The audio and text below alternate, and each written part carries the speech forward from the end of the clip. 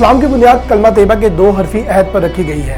اللہ تعالیٰ کے سوا کسی مدعی الواحد کا وجود ناقابل برداشت ہے۔ اسی طرح محمد رسول اللہ صلی اللہ علیہ وسلم کے بعد اگر کوئی نبوت کا دعویٰ کرے تو یہ ناقابل برداشت عمل ہے اور یہ گستاخی لائق تحمل نہیں۔ یہی عقیدہ ختم نبوت کا عقیدہ کہلاتا ہے، جس پر پہلے روز سے لے کر آج تک اور رہتی دنیا تک مسلمان قائم ہیں۔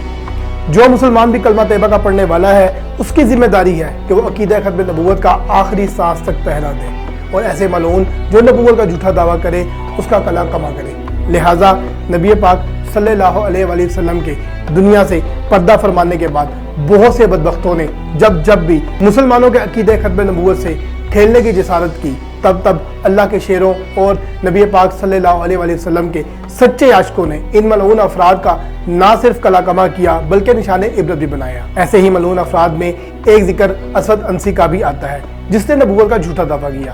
میں ہوں محمد نعیم اختر اور آپ دیکھ رہے ہیں نیوز ٹو یو۔ اگر ابھی تک آپ نے ہمارا چینل سبسکرائب نہیں کیا تو آپ سے گزارش ہے کہ ہمارا چینل سبسکرائب کر لیجئے اور ساتھ بیل آئیکن کو بھی دبا دیجئے تاکہ ہماری آئندہ آنے والی تمام ویڈیوز آپ کو موصول ہو سکے۔ اسود انسی سب سے پہلا جھوٹا مدعی نبوت تھا، جس کی شعبدہ بازی کے دور دور تک چرچے تھے۔ یہ کاہن بھی تھا اور کہانت میں اس کا کوئی ثانی نہ تھا۔ لوگ اس کے شعبدوں کو دیکھ کر اس قدر مانوس ہو چکے تھے کہ جب اس نے نبوت کا دعویٰ کیا تو بہت سے اس کے پیروکار بن گئے، یہاں تک کہ نجران اور مسجہ جیسے قبائل بھی اس کے دھوکے میں آ گئے اور اس نے اپنی جھوٹی نبوت کا پرچار یمن کے قبیلوں میں شروع کر دیا۔ یہ انسا بن کجہ سے منسوب تھا، اس کا نام ایلا تھا۔ اسے ذوالخمار بھی کہتے تھے اور ذوالحمار بھی۔ ذوالخمار کہنے کی وجہ یہ تھی کہ یہ اپنے منہ پر دوپٹہ ڈالا کرتا تھا، جبکہ ذوالحمار کہنے کی وجہ یہ تھی کہ یہ کہا کرتا تھا کہ جو شخص مجھ پر ظاہر ہوتا ہے وہ گدھے پر سوار ہو کر آتا ہے۔ بعض روایات سے یہ پتہ چلتا ہے اس نے ایک گدھے کو سدایا ہوا تھا، یہ اسے کہتا تھا سجدہ کرو تو وہ سجدہ کرتا تھا، اسی طرح کچھ اور کام بھی کرتا تھا۔ ایسی ہی حرکتوں سے اس نے عام لوگوں کو متاثر کر کے اپنا گرویدہ بنایا تھا۔ ارباب اسیر کے نزدیک یہ کاہن تھا اور اس سے عجیب و غریب باتیں ظاہر ہوتی تھیں۔ یہ لوگوں کو اپنی چرب زبانی سے گرویدہ کر لیا کرتا تھا۔ اس کے ساتھ 2 ہمزاد شیطان تھے، جس طرح کاہنوں کے ساتھ ہوتے ہیں۔ اس کا قصہ یوں ہے کہ فارس کا ایک باشندہ بازان، جسے کسرا نے یمن کا حاکم بنایا تھا، نے آخری عمر میں توفیق اسلام پائی اور سرکار صلی اللہ علیہ وسلم نے اسے یمن کی حکومت پر برقرار رکھا۔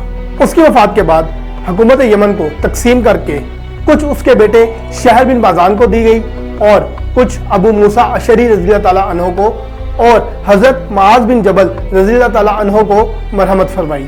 اس علاقے میں اسود انسی نے خروج کیا اور شہر بن بازان کو قتل کر دیا اور مزبانہ جو کہ شہر کی بیوی تھی اسے کنیز بنایا۔ فردہ بن مسیق جو کہ وہاں کے عامل تھے اور قبیلہ مراد سے تھے، انہوں نے حضور صلی اللہ علیہ وسلم کو ایک خط لکھ کر مطلع کیا۔ حضرت معاذ اور حضرت موسیٰ اشعری رضوان اللہ اجمعین اتفاق رائے سے حضرت موت چلے گئے۔ آپ صلی اللہ علیہ وسلم نے اس جماعت کو لکھا کہ تم اکٹھے ہو کر جس طرح ممکن ہو اسود انسی کے شر و فساد کو ختم کرو۔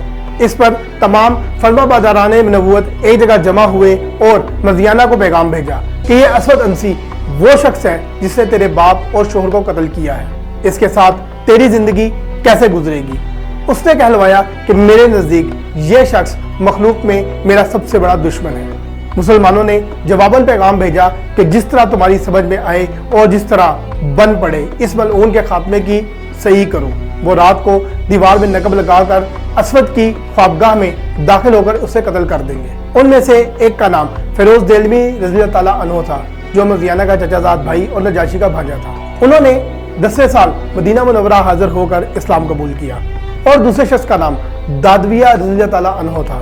بہرحال جب مقررہ رات آئی تو مزیانہ نے اسود کو خاص شراب کثیر مقدار میں پلا کر مدہوش کر دیا۔ فیروز دہلوی نے ایک جماعت کے ساتھ نقب لگائی اور یوں اس بدبخت کی گردن توڑ کر قتل کر دیا۔ اس کے قتل کرتے وقت گائے کے چلانے کی طرح بڑی شدید آواز آئی۔ اس کے دروازے پر 1000 پہرے دار ہوا کرتے تھے۔ وہ آواز سن کر اس کی طرف لپکے، مگر مزیانہ نے انہیں یہ کہہ کر مطمئن کر دیا کہ خاموش رہو، تمہارے نبی پر وحی آ رہی ہے۔